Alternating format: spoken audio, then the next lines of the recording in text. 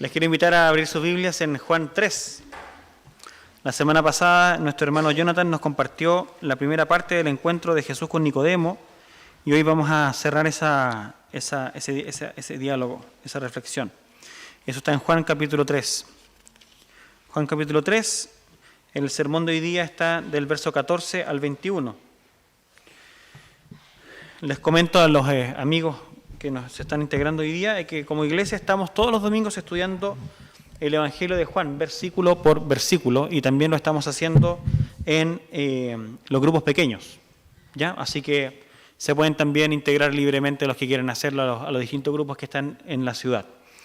Y allí profundizamos un poco, lanzamos algunas preguntas y debatimos respecto al significado que creemos que el texto tiene, ¿ya? Y ahí nos ayudamos unos a otros a entender. Hoy día el texto está en esta última parte del diálogo con Nicodemo. Nicodemo, como ustedes recordarán, es un principal, ¿cierto? Es un líder de la iglesia, de los judíos, de los hebreos de aquella época, y él va a Jesús de noche a hablar con él. Y se suscita, ¿cierto?, un diálogo profundo que está ahí descrito en el capítulo 3, y nosotros vamos a retomar la lectura desde el versículo 14. Antes de entrar al texto, y hoy día el sermón se titula Jesús, condenación y salvación del mundo. ¿Ok? Jesús, condenación y salvación del mundo. Vamos a orar. Señor, muchas gracias por tu amor, que se manifiesta tan vívidamente en todo lo que tú creaste. Pero también se manifiesta en la historia, en la forma en que tú has conducido las acciones de los seres humanos. Como punto climático, seguramente la aparición de Jesús en la historia, su muerte y su resurrección, y la expectativa que tenemos de su retorno. En el intertanto pedimos que tú nos alimentes con tu palabra, nos des luz a nuestro corazón, para que las tinieblas se disipen. Te lo pido en el nombre de Jesús. Amén. Estaban conversando, se supone, Jesús con Nicodemo, cuando viene el verso 14. ¿Ya? Digo se supone porque no sabemos bien en qué momento terminan ellos de conversar y en qué momento Juan hace sus observaciones. No vamos a entrar en esa polémica ahora porque nos desvía un poco de la atención, pero pareciera que en ciertos momentos Juan toma la palabra, digamos, y añade lo que él está pensando y quiere cerrar las ideas que se están debatiendo con Nicodemo. Pero en el verso 14, muy probablemente Jesús es el que continúa hablando. Y el texto continúa de esta forma, y leo en la versión Reina Valera para los que tienen ahí sus Biblias abiertas. Y como Moisés levantó la serpiente en el desierto, así es necesario que el Hijo del Hombre sea levantado, para que todo aquel que en él cree no se pierda, mas tenga vida eterna. Porque de tal manera amó Dios al mundo que ha dado a su Hijo unigénito, para que todo aquel que en él cree no se pierda, mas tenga vida eterna. Miren la repetición. Porque no envió Dios a su Hijo al mundo para condenar al mundo, sino para que el mundo sea salvo por él. El que en él cree no es condenado, pero el que no cree ya ha sido condenado, porque no ha creído en el nombre del unigénito Hijo de Dios. Y esta es la condenación, que la luz vino al mundo, y los hombres amaron más las tinieblas que la luz, porque sus obras eran malas. Porque todo aquel que hace lo malo aborrece la luz y no viene a la luz, para que sus obras no sean reprendidas. Mas el que practica la verdad viene a la luz, para que sea manifiesto que sus obras son hechas en Dios. ¿Cuál es el corazón de este pasaje? El corazón de este pasaje está en la primera parte del verso 19. Presten atención. Esta es la condenación, que la luz vino al mundo. Esta es la condenación, que la luz vino al mundo. Déjenme leerles algunos pasajes para que se amplíe todo lo que está aquí, toda la carga que hay acá. Uno de ellos es Romanos 10, versículo 30. ¿Qué pues diremos? ¿Que los gentiles que no iban tras la justicia han alcanzado la justicia? Para los que son más nuevitos en la fe, los gentiles son los no judíos. ¿Ya? Entonces está Pablo dialogando. ¿Qué pues diremos? Que los gentiles que no iban tras la justicia, o sea, que no estaban buscando agradarle a Dios, ¿cierto? ¿Han alcanzado la justicia? Es decir, la justicia que es por fe. Mas Israel, que iba tras una ley de justicia, no la alcanzó. ¿Por qué? Porque iban tras ella no por fe, sino como por obras de la ley. Pues tropezaron en la piedra de tropiezo, como está escrito. He aquí pongo en Sión piedra de tropiezo, se cita el profeta Isaías. He aquí pongo en Sión piedra de tropiezo y roca de caída, y el que creyere en él no será avergonzado. Unos creen y no son avergonzados, otros tropiezan y caen. Pedro cita el mismo texto de Isaías. Había un entendimiento transversal, fíjense ustedes, los líderes de la iglesia del primer siglo, por lo cual también contiene la Escritura. He aquí pongo en Sión la principal piedra del ángulo, escogida preciosa, y el que creyere en él no será avergonzado. Para vosotros, pues, los que creéis, él es precioso, pero para los que no creen, la piedra que los edificadores desecharon ha venido a ser la cabeza del ángulo. Y piedra de tropiezo, y roca que hace caer, porque tropiezan en la palabra siendo desobedientes, a lo cual fueron también destinados. ¿Van haciendo el link? Y Mateo registra lo siguiente. Y no penséis decir dentro de vosotros mismos, está citando a Juan el Bautista, a Abraham tenemos por padre, porque yo os digo que Dios puede levantar hijos a Abraham aún de estas piedras. Y ya también el hacha está puesta a la raíz de los árboles. Por tanto, todo árbol que no da buen fruto es cortado y echado al fuego. ¿Se dan cuenta? Esta es la condenación, que la luz vino al mundo. En el principio estaba el Verbo, y el Verbo era con Dios, y el Verbo era Dios. En él estaba la vida, y la vida era la luz de los hombres. La luz, el eterno Dios que existía en la segunda persona de la Trinidad, Cristo preencarnado, era la luz de los hombres. Y ahora esa persona viene al mundo, y su aparición genera una tensión, genera una controversia. ¿Perciben el punto central del pasaje? Un predicador americano, que a ustedes les gusta, algunos de ustedes, John Piper, dice lo siguiente, él coloca el punto principal de este pasaje así. Existe un tipo de juicio que viene al mundo cuando el Hijo de Dios, Jesucristo, entra al mundo. Y este juicio revela que la culpa de no venir a Jesús está en el corazón del hombre. Y que la gracia de venir a Jesús viene del corazón de Dios. De otra forma, la aparición de Cristo revela que nuestra falta se trata, ojo con esto, porque es una palabra que se repite mucho en el texto, se trata de no creer. Y que creer es un regalo de Dios. Lo que significa que si no creemos y perecemos eternamente, magnificaremos la justicia de Dios, magnificaremos la justicia de Dios. Pero que si creemos y vivimos eternamente, magnificaremos su gracia. Eso es todo lo que está pasando acá.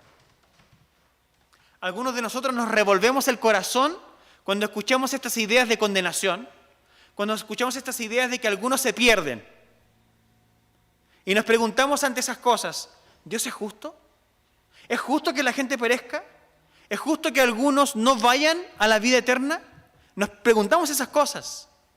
Pero Juan coloca toda esta idea acá de una forma en donde queda claro, y ese es el punto central y vamos a desarrollarlo, de nuevo estoy repitiendo lo mismo para que se acentúe la idea, en que todo pasa por creer. Si tú crees en el unigénito Hijo de Dios, que es la luz del mundo, lo que se subraya es la supremacía de la gracia de Dios en tu vida que te provoca creer. Pero si tú no crees, lo que subrayas es la grandísima justicia de Dios que se ratifica en tu vida por tu incapacidad de ir a Él. Porque en tu corazón hay tinieblas que no te permiten ir. Y son tuyas, son de tu corazón. Nadie te las colocó allí. Vamos a llegar a ese punto. Pero vamos parte por parte. Yo creo que el texto, y lo trabajé, lo estructuré, hasta me puse de hartos colores mi hoja acá, para ver las ideas que estaban funcionando. Hay ideas en secuencia que están ocurriendo acá. Yo identifico al menos 1, 2, 3, 4, 5. 5 cosas que las voy a explicar rápido, no se preocupen. ¿Ya? 5 cosas que están pasando acá secuencialmente. ¿Ok? Ideas que se están afirmando. Vamos a tratar de meternos en ellas para entender la idea, el flujo dramático del texto. Y luego vamos, obviamente, a ir al terreno, al área chica, y vamos a intentar aplicar. Lo primero que afirma el texto, que es súper fundamental para entender todo lo que se nos va a proponer acá, está de alguna forma contenido en el verso 14 y de alguna forma en el verso 18. El verso 14 dice, y como Moisés levantó la serpiente en el desierto, así es necesario que el Hijo del Hombre sea levantado, para que todo aquel que en él cree, y ahí subrayo, no se pierda. Y luego la misma idea está, otra vez, la idea de no perderse, está en el verso 16, en una parte, el que cree no se pierda porque se repite lo mismo. Verso 17, habla de condenación, es la palabra que se usa, pero el verso 18 la abre más. Dice, el que en él cree no es condenado, pero el que no cree ya ha sido condenado. Para algunos, la idea de esa serpiente en el desierto es más familiar, porque estuvieron la semana pasada y escucharon el sermón. Para otros que están integrándose hoy día, puede ser un poco más desconocida. Entonces, permítame rápidamente, para que avancemos, explicar esto que está pasando acá. Nicodemo está conversando con Jesús. Hay grandes dudas en el corazón de ese hombre. El hombre no entiende bien todas las cosas. Entonces Jesús intenta ilustrar la mente de Nicodemo para que él entienda las señales que hay en el Antiguo Testamento que hablan respecto de la venida del Mesías. ¿Ok? Y una señal que estaba clara en el corazón de Nicodemo era aquel episodio antiguo en donde el pueblo estaba regañando con Dios por el maná y por todas las cosas que ellos vivían. Entonces el pueblo estaba pasando por un tiempo de ingratitud. Y el Señor entonces dice que manda muchas víboras, muchas cobras, muchas serpientes para picar al pueblo. Había una maldición en el pueblo, ¿ok? Y estas serpientes picaban al pueblo y el pueblo se estaba muriendo porque estaba siendo envenenado. Entonces el pueblo va donde Moisés y le dice, oye, sácanos de esta situación. Entonces Moisés va a hablar con Dios y Dios le dice, ok, constrúyeles una serpiente de bronce. Y curiosamente le dice, colócala en un poste. Coloca la serpiente de bronce en un poste en medio del campamento. Todos los que miren la serpiente vivirán. Y los que no miren la serpiente perecerán. Entonces, a través de esa situación se graficaba la idea de una salvación ante un problema que el pueblo estaba viviendo, una maldición que el pueblo estaba viviendo, en donde la forma de salir de esa situación era a través de la fe. Era a través de creer y de mirar a esa serpiente de bronce que te curaría de lo que estaba pasando. Esa era una figura. Esa figura con el tiempo cumplió su función, sanó a la gente, ese episodio pasó, y luego más adelante en la historia de Israel, esa serpiente de bronce se tornó un ídolo y los reyes tuvieron que mandar a destruirla porque la gente se estaba desviando y no estaba entendiendo el concepto. Pero Nicodemo era un estudioso. Nicodemo se supone que es una persona que entiende de las cosas. Entonces Jesús le levanta esta situación a él. La idea de la serpiente. La idea de la serpiente. Y en esta idea de la serpiente está prefigurada, obviamente, la idea de Jesús. La idea de alguien que va a ser levantado en un poste, que ya vamos a entrar allí. Y que a través de mirar a esa persona que es levantada en el poste, tú puedes ser salvo. Está allí. Pero antes de eso, lo que subyace a toda esa discusión, y para poder entender por qué Dios ama y por qué Dios entrega a su Hijo y todo lo demás, Lo que tenemos que entender es que el mundo, es que nosotros yacemos en una maldición que la Biblia denomina pecado. Todos nosotros cargamos con esa maldición. La serpiente no fue levantada de forma preventiva. La serpiente fue levantada de forma curativa. Jesús no aparece en el escenario del mundo de forma preventiva. Jesús viene a curar, viene a sanar, viene a salvar. Viene a solucionar un problema que ya está presente. Una maldición que ya está funcionando. Por eso que el texto dice que el mundo ya está condenado. Por eso que el texto dice, el que cree no es condenado, pero el que no cree ya ha sido condenado. Es decir, Jesús no trae la condenación en sí mismo, sino que la condenación, la peste, el veneno, ya está. Ya está en nosotros. Y lo que nosotros necesitamos es salir de allí. Es salir de esa dinámica de destrucción. Es salir de esa dinámica que no nos deja acercarnos, que no permite que la luz alumbre el corazón. Esa situación autodestructiva que todos nosotros vivimos. Nosotros como seres humanos, incluso las virtudes las llevamos a un extremo y transformamos todo en un desastre. Hasta comer bien lo hacemos en exceso y pasamos a tener gula. Y algunos de ustedes podrán ir a las pesas y ratificar lo que estoy diciendo. ¿Ah? Pero nosotros transformamos incluso lo bueno. Nuestro corazón incluso transforma lo bueno en cosas desagradables que traen enemistad, que traen tensión. Y eso está en nosotros. Entonces el principio acá que está subyaciendo en el texto es que el mundo yace en una perdición. Por eso que Romanos dice, y fue leído en la lectura alternada, no, antes de la lectura alternada, en la confesión de pecados. Como está escrito, no hay justo ni un uno. No hay quien entienda, no hay quien busque a Dios. Todos se desviaron a una, se hicieron inútiles. No hay quien haga lo bueno, no hay ni siquiera uno. Por cuanto todos pecaron, están todos destituidos de la gloria de Dios. Para los más antiguos y los que se criaron en la iglesia, esto es como el ABC. Pero ese ABC tiene que bajar al corazón. Y tiene que hacerte entender que en ti no hay bondad. Que en ti no hay bondad. Y que si Dios ha de juzgarte hoy, Él tendría todo el derecho de condenarte. Porque en tu corazón no hay bondad.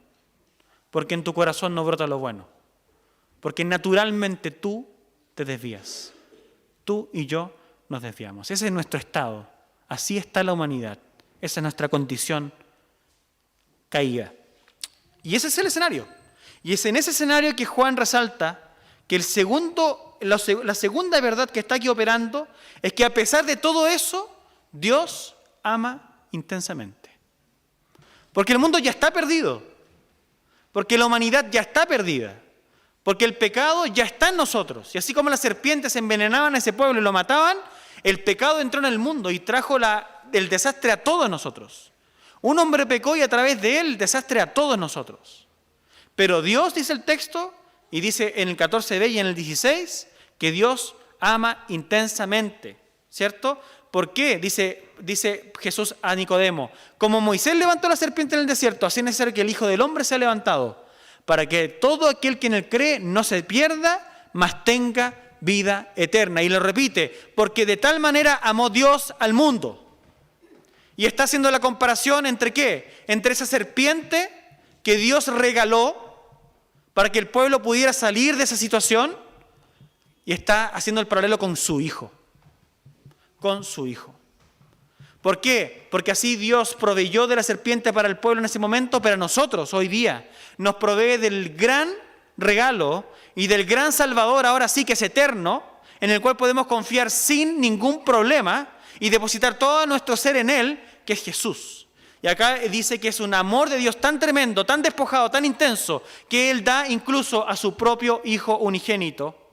Hijo unigénito. La palabra que Juan ya viene repitiendo desde el capítulo 1. Es en el unigénito Hijo de Dios en quien nosotros tenemos la salvación. En Él se derramó la gloria, en Él se derramó la gracia, en Él se derramó la verdad. A Él hay que mirar. Y ese Hijo unigénito es el producto de un amor de Dios que está comprometido con una creación que padece. En cierto momento le preguntan a R.C. Sproul, un teólogo por ahí, los que no lo ubican no se preocupen, un gallo que entendía alguna cosa, ¿ya? Que leía la Biblia, ¿ok? Un tipo que leía la Biblia un poquito. Estaba en un debate, estaba en una universidad, había mucha gente. Entonces le preguntan, le llegó una pregunta por escrito, y la pregunta decía más o menos así, traduje ahí con mi, no sé, Spanish English, ¿ya? Algo le pego. Si Dios es compasivo, la Biblia dice que Dios es compasivo y misericordioso. Le preguntan, ¿por qué castigó tan severamente al hombre en el jardín? Le preguntan a R.C. Sproul. Entonces lo primero que, cuando le llega la pregunta, hay harta gente, lo primero que él hace dice, ¿saben qué? Denme un tiempo. Se irritó el hombre. Y voy a tratar de parafrasearlo. Dice, ¿severo? Ya está enojado el hombre. ¿Severo? Esta criatura hecha de polvo desafía al eterno y santo Dios. Responde R.C. Sproul. Dios había dicho que el día que comiera del árbol ciertamente moriría. Y el resalte dice, ese día. Pero el hombre vivió otro día más. Y cubrió su desnudez por pura gracia. La maldición más grande, en vez de ir hacia él, fue en contra de quien lo hizo caer. Y un día el descendiente de la mujer le aplastó la cabeza. Responde R.C. Sproul. Y ahí grita, él dice, ¿y ustedes dicen que él es severo? Y le dice, ¿qué anda mal con ustedes, gente? Le dice. ¿Qué está mal con ustedes? Estoy hablando en serio, porque la gente lo empieza a aplaudir. Y él dice, estoy hablando en serio. Les diré lo que anda mal con la iglesia hoy. No sabemos quién Dios es y no sabemos quién nosotros somos. La pregunta es, ¿por qué Dios no fue infinitamente más severo cuando debía? Dios ha permitido que sigamos existiendo cuando no debimos seguir existiendo. ¿Para qué? Para mostrar a su debido tiempo su gracia. Para mostrar a su debido tiempo su amor. Y su amor se manifestó enviando a su unigénito Hijo para que Él se fuera colgado de un poste y todo aquel que lo viera fuera salvo. Que lo viera creyendo fuera salvo. Un mundo que yace perdido, segundo movimiento del texto, un Dios que ama, un Dios que ama, un Dios que lejos de ser severo está siendo misericordioso, un Dios que está expandiendo su gracia, un Dios que está expandiendo su misericordia. ¿Para qué? Para que lo veamos, para que lo miremos y para que seamos salvos. Y entonces los versos 14 y 15 resaltan el tercer flujo de la idea, que de parte lo estamos tratando también porque está todo amarrado. Y es que el Hijo de Dios, que es Jesús, es la expresión de amor y medio de nuestra salvación. Jesús es la persona. En Él está concentrada toda la divinidad.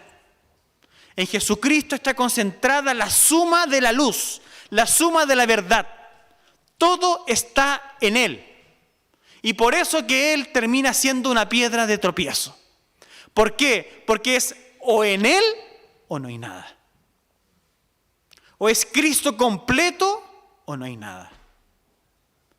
Cristo causa tensión, Cristo causa división. Porque o pones las manos en el arado o estás fuera.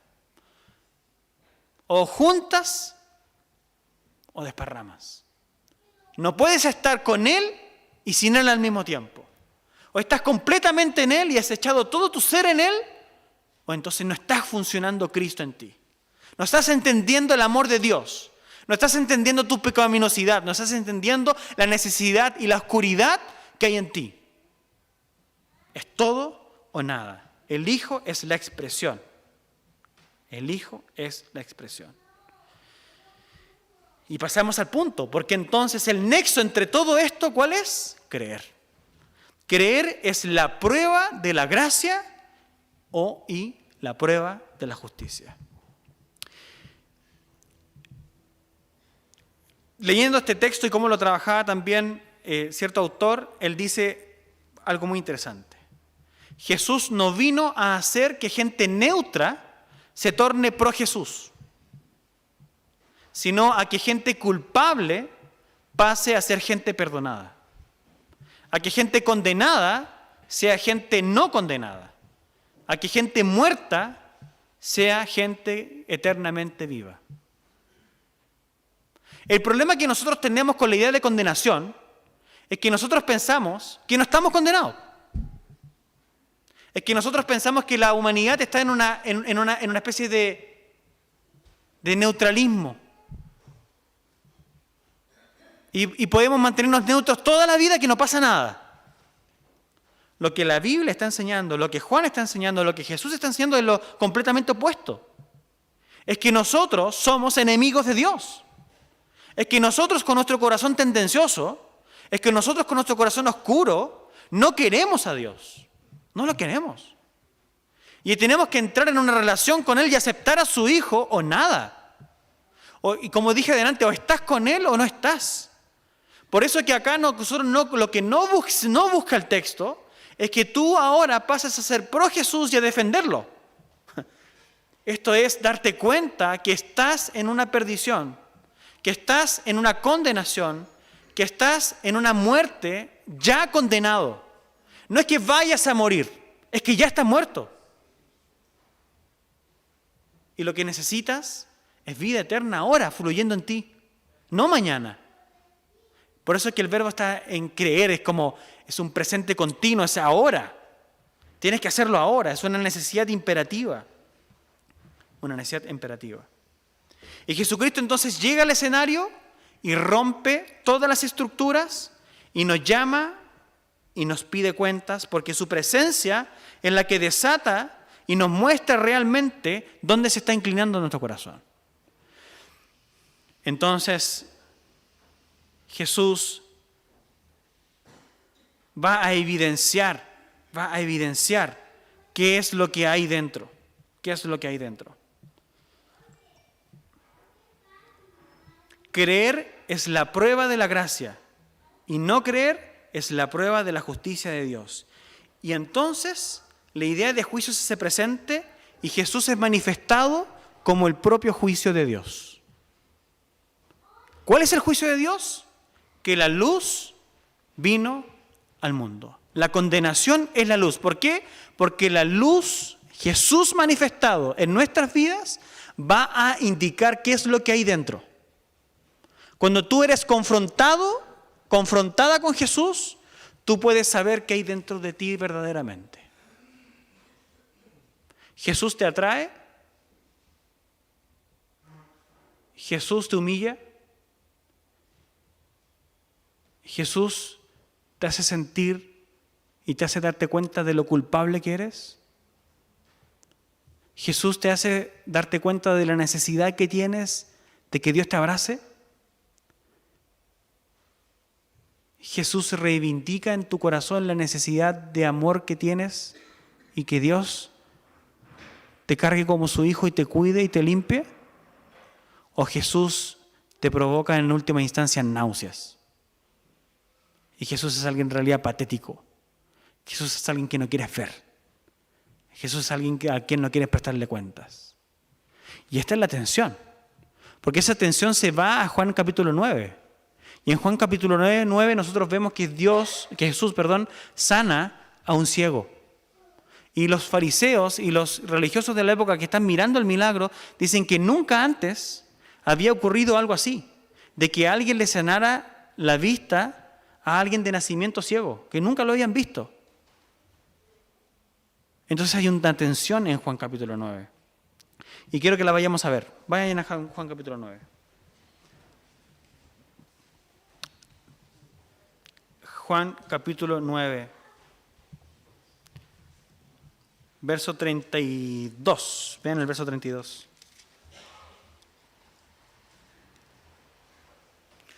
Desde el principio no se ha oído decir que alguno abriese los ojos a uno que nació ciego. Si éste no viniera de Dios, nada podría hacer. Respondieron y le dijeron: tú naciste del todo en pecado, ¿y nos enseñas a nosotros? Y la expulsaron. Oyó Jesús que le habían expulsado y hallándole le dijo, ¿crees tú en el Hijo de Dios? Fíjense qué interesante. Es el debate que va a abrir Juan durante todo su evangelio. Los que dicen conocer a Dios, los que se creen parte de la religión, los que creen que han aceptado y cuidan la ley. Y aquí necesitamos entrar a profundizar, porque ¿qué es esto de que la condenación es que la luz haya venido al mundo?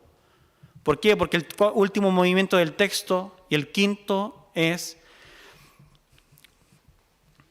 que nuestras acciones hablan de nuestra naturaleza presente. Nuestras acciones hablan de nuestra naturaleza presente. Es decir, la manifestación de Jesús coloca en jaque nuestro corazón. Y si nosotros queremos saber si estamos dentro del grupo, dentro de la salvación, hemos obtenido ese milagro que Jesús le habla a Nicodemo, que es la necesidad del nuevo nacimiento, si lo tenemos o no, lo que tenemos que ver es qué pasa en nuestro corazón y qué pasa cuando nosotros nos encontramos con Jesús, qué acciones se provocan en nosotros. Y en el grupo religioso de la época lo que se producía era un rechazo a su persona. Miren qué interesante, por una parte tenían un aprecio por la ley, un aprecio por el mandamiento, un aprecio por las prácticas de la religión, pero un rechazo en contra del Hijo. Por eso es que la figura de Jesús es tan central, porque ella determinará lo que hay dentro, es nuestra reacción por esencia. Y por eso que cierto predicador, y lo hemos hablado acá, decía que nosotros tenemos que arrepentirnos aún de nuestras buenas obras. ¿Por qué? Porque a veces las buenas obras, como la de los fariseos, como la de este grupo de religiosos, se anteponen a una relación realmente estrecha con Dios. Porque nuestras buenas obras nos hacen creer falsamente que hemos sido aceptados, que estamos viviendo bien, que no estamos perdidos. Si no somos capaces con conciencia de nuestro corazón de decir, Jesús te necesito, Jesús necesito que tu sangre lave mi maldad, Jesús necesito que tú perdones mi pecado, si no somos capaces de declarar con todo el corazón, Jesús, tú eres el Hijo de Dios, te necesito tu resurrección en mi vida, y eso está clavado profundamente en nosotros, podemos perfectamente estar viviendo en una falsa confianza a partir de buenas obras. Dios en Jesucristo es una luz potente que nos llama a cuentas y debemos humillarnos ante Él. Entonces el texto dice y avanza. Y ahí los religiosos están complicados y expulsan a Jesús. Pero el texto avanza ya en Juan y lo que pasa a decir es lo siguiente. Dice, esta es la condenación, que la luz vino al mundo y los hombres amaron más las tinieblas que la luz porque sus obras eran malas. Porque todo aquel que hace lo malo aborrece la luz y no viene a la luz para que sus obras no sean reprendidas. Fíjense interesante, hay 5 cosas que ocurren en la persona que se aleja de Jesús. 1, hace cosas malas. 2, no quiere que esas cosas sean expuestas. No quiero que esas obras sean expuestas. 3, dice el texto, ellos aman las tinieblas. O sea, en última instancia, incluso algo bueno que tú practicas que te permite estar lejos de Dios, lo sigues practicando. ¿Por qué? Porque eso te permite vivir sin Él. Te permite vivir sin darle cuentas. Te permite vivir sin reconocer que eres pecador. Te permite vivir sin reconocer que necesitas la gracia. 4, dice el texto, ellos odian la luz. Odian la luz. Y 5, ellos no van a la luz. Para graficar esto es que leímos Génesis capítulo 4. Porque en Génesis capítulo 4 se da un escenario que ya hemos tratado en algún sermón aquí en el pasado, pero que es sumamente claro respecto de lo que el texto nos quiere decir. Caín mata a Abel. ¿Y qué es lo que hace Caín? ¿Se arrepiente de sus pecados? Caín le dice al Señor, Señor, había orgullo en mi corazón, había una competitividad en contra de mi hermano y necesito que me perdones. Me conduje mal, Señor, por favor, apiádate de mí, recíbeme nuevamente. No, lo que hace a Caín al salir de ahí es que él se va lejos. Ciertamente él es expulsado, pero cuando él es expulsado, él no vive de su disciplina y él no vive su castigo de cara a Dios, sino que lo que él hace es que él tiene un hijo y él construye una ciudad y le pone por nombre Set. Porque dijo, perdónenme, me salta el texto, Enoc. Y salió Caín de la presencia del Señor y se estableció en la tierra de Nod, al oriente del Edén. Y conoció Caín a su mujer y ella concibió y dio a luz a Enoc. Caín edificó una ciudad y la llamó Enoc, como el nombre de su hijo. Él genera, lejos de Dios, porque no quiere volver a Él, porque lo odia, porque Él no quiere la luz, porque a Él le gusta la maldad, Él construye una ciudad con el nombre de su hijo. Es decir, Él edifica una vida autorreferente. Y esa ideología, esa forma, esa filosofía de ser, ¿a quién se le traspasa? A toda su descendencia. Es tanto así que generación después aparece Lamec en la historia.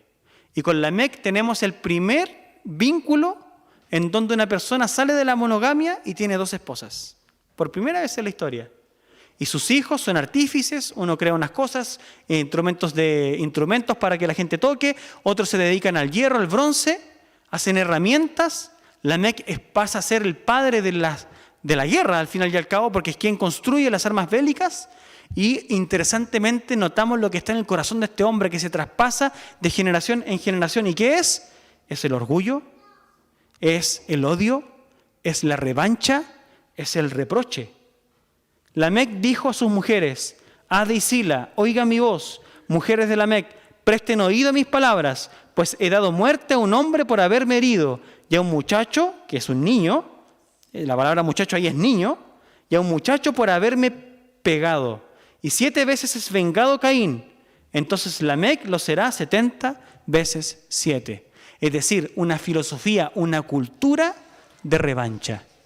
Vivir lejos de Dios, vivir lejos de Jesús, genera irreversiblemente una vida distante, una vida de revanchismo, una vida de odiosidad. ¿Estás en la luz y tus obras son hechas en la luz? ¿O estás lejos de Él y todo lo que tú haces es una guerra, es un desafío en contra del Dios de lo alto y quieres vivir lejos de Él? Por eso es que el Evangelio es el único que es capaz de revertir esta odiosidad en el corazón del hombre. ¿Por qué? Porque Lamec quiere venganza. Porque Lamec dice literalmente, 7 veces es vengado Caín, entonces Lamec lo será 70 veces 7. Y se acercan a Jesús a preguntarle, Señor, ¿cuántas veces habré de perdonar a mi hermano? Y Jesús redobla, amplifica este odio y lo transforma ¿en qué? En paz, en gracia y en reconciliación. Y dice, hasta 70 veces 7. Jesús es el único que puede doblegar el corazón del hombre. Por eso que el texto ahí termina diciendo lo siguiente, que esta es la condenación, que la luz vino al mundo, algunos amaron más sus obras y siguieron en esa dinámica, pero otros van a la luz. ¿Para qué? Para que sus obras sean manifiestas, que son hechas en Dios. Entonces, ¿cuál es el gran punto del texto aquí? ¿Cuál es la invitación para todos nosotros? La invitación claramente es a examinar nuestro corazón. La pregunta del millón acá es, ¿permites que Jesús entre en el área chica de tu corazón? ¿Eres moldeable en tu corazón? ¿Estás dispuesto a que Él te doblegue? ¿Estás dispuesto a que tu ser interior salga a la luz, se expongan tus faltas? ¿Dios te trabaje el corazón sin temor alguno? El ciego le pregunta a Jesús, ¿y quién es, Señor, para que yo crea? Y Jesús le responde, es este el que habla contigo. ¿Y qué es lo que hace el ciego? Se postra y adora. Adoración. Adoración es lo que se busca de nuestro corazón. Y adoración es rendirse. Adoración es, Señor, aquí estoy. Y prefiero que yo sea examinado y que mis pecados sean descubiertos, pero no huir de ti. Porque quiero que me sanes. Quiero que tu ley me vivifique. Quiero que me sane el alma y me la restaure. Ese es el camino ancho para la salvación. El camino de la humildad, el camino de someterse, en donde Dios hace una obra en ti, en donde no estás restringiendo que Él te use y que Él muestre al mundo lo que es capaz de hacer con su gracia. Todos nosotros tenemos muchas cosas en nuestra vida que tal vez no nos gustaría que nadie conozca. Pero Dios reivindica y te pide que tu historia sea rendida a sus pies. ¿Qué quiere decir esto? Señor, si es necesario que me conozcan como soy, si es necesario que conozcan mis errores para que tu gracia sea más grande y se note que no son mis obras, sino que es tu amor quien me tiene acá y quien me restaura y quien está trabajando en mí, que así sea. Pero normalmente el que es el creyente que está encapsulado y que tal vez no ha habido conversión, en ese que quiere pasar piola, el que quiere que no se le conozca ninguna yaya, que vean que él está allí y que prácticamente está allí porque es bueno, porque lo entendió bien, pero tiene su vida reservada, no quiere que nadie entre. Dios quiere ser el Señor de nuestra vida y Él reivindica el testimonio de su iglesia. Y nosotros necesitamos entregarle nuestras vidas a Él para que Él las vuelva a armar, para que Él vuelva a reconstruir, para que Él tenga la gloria. Tú tienes dos caminos. O la justicia de Dios se revela en tu vida y se engrandece en Él por tu falta de fe y de entrega, o tú te entregas y la gracia de Dios es magnificada en tu vida a través de la obra de Jesús en ti de restauración y de reclamo de tu vida como su pertenencia. ¿Qué camino vas a escoger? Y algunos ya están pensando, pero pastor, ¿qué camino voy a escoger? Es que la predestinación se manifiesta en la capacidad de creer. No hay que tener temor. Dios apela en su Escritura para que nosotros desarrollemos la fe. Pero si hay capacidad de generarla, es porque su viento sopló en nuestro corazón y lo produjo. Por eso es que su gracia la hace que se magnifica cuando nosotros creemos. Y nosotros necesitamos pedir, Señor, hazme fuerte. Hazme creer en mi debilidad. Dame fe. Les quiero invitar a que oremos. Y la invitación a esta oración es simple y objetiva. Es invitarte a ti, es invitarme a mí, a que entendamos que tenemos que rendir nuestras obras a Dios. Que tenemos que rendir nuestras vidas a Dios y tenemos que permitir que Él se glorifique en nosotros y que nuestra fe sea vivida de forma pública. Porque Él no se avergonzó de sufrir en un madero. Nosotros debemos dar testimonio también de Él y tenemos que postrar nuestro corazón para que Él haga una cirugía dentro nuestro. Vamos a orar. Señor,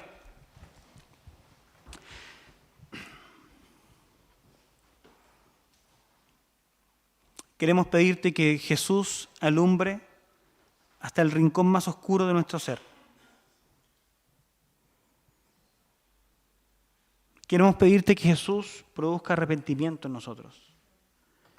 Queremos pedirte que el Espíritu Santo nos doblegue. Queremos dar la batalla, Señor. Queremos rendir cada área de nuestra vida. No hay nada en nuestra vida que sea privado. No hay nada donde tú no puedas entrar. Y queremos entregártelo. Entregarte todo a ti. Entregarte nuestros dolores, entregarte nuestra rabia tal vez por algún asunto, entregarte nuestra historia, tal vez algo que nos afecta y que nos tiene amarrados, entregarte nuestro orgullo, de repente el orgullo de no arrepentirse públicamente y decir, Señor, aquí estoy de nuevo, úsame. El orgullo de repente de nuestras posesiones, de no decir, Señor, todo esto que tengo es como basura y necesito postrarlo y darlo a tus pies para que tú hagas tu obra. Cualquier orgullo que haya en nuestro corazón, te queremos pedir, Señor, tritúralo, aplástalo. Y que Cristo sea engendrado en nuestro corazón. Esta es la palabra de fe que predicamos. Que si confesares con tu boca que Jesús es el Señor y que Dios le levantó de entre los muertos, serás salvo. Esa es la palabra de fe que queremos creer. Y esa es la palabra por la cual queremos vivir. No queremos huir de ti. No queremos encontrar raciocinios ridículos en los cuales escondernos. para vivir lejos de tu presencia, lejos de tu palabra, lejos de tu iglesia. Queremos vivir nuestra vida en ti. Por eso te pido, Dios, trabaja con nosotros, trabaja en nosotros, que ninguno de nosotros se pierda, que en todos nosotros se genere la fe que tu Espíritu es capaz de engendrar. Sopla, Señor, esta mañana. Sopla en nosotros, Señor. Vivifica el valle de huesos secos. Vivifica, Señor, lo muerto en nosotros. Y trae luz, trae paz, trae esperanza. Entiendo que estamos todos esta mañana acá porque te necesitamos. Entiendo que estamos todos esta mañana acá porque sabemos en lo profundo de nuestro corazón que no podemos vivir sin ti. Y te quiero pedir entonces, Señor, por tu Espíritu, por tu palabra, vivifica el alma, vivifica el corazón de los que están angustiados. Vivifica el corazón de los que están desanimados. Oh Señor, haz aparecer a Cristo en el nombre de Jesús. Y permítenos, oh Dios, gozarnos en ti. Como el ciego, Señor, postrarnos a tus pies y adorarte, porque tú eres el Hijo unigénito de Dios que ha sido enviado al mundo para alumbrar. En ti radica toda la verdad, toda la justicia, toda la luz que nuestra alma necesita. Te necesitamos, oh Dios. Genera adoración en nuestro corazón, genera adoración en tu iglesia. Te lo pido en el nombre de Jesucristo, por amor a ti mismo, Señor. Despierta a tu pueblo. Amén.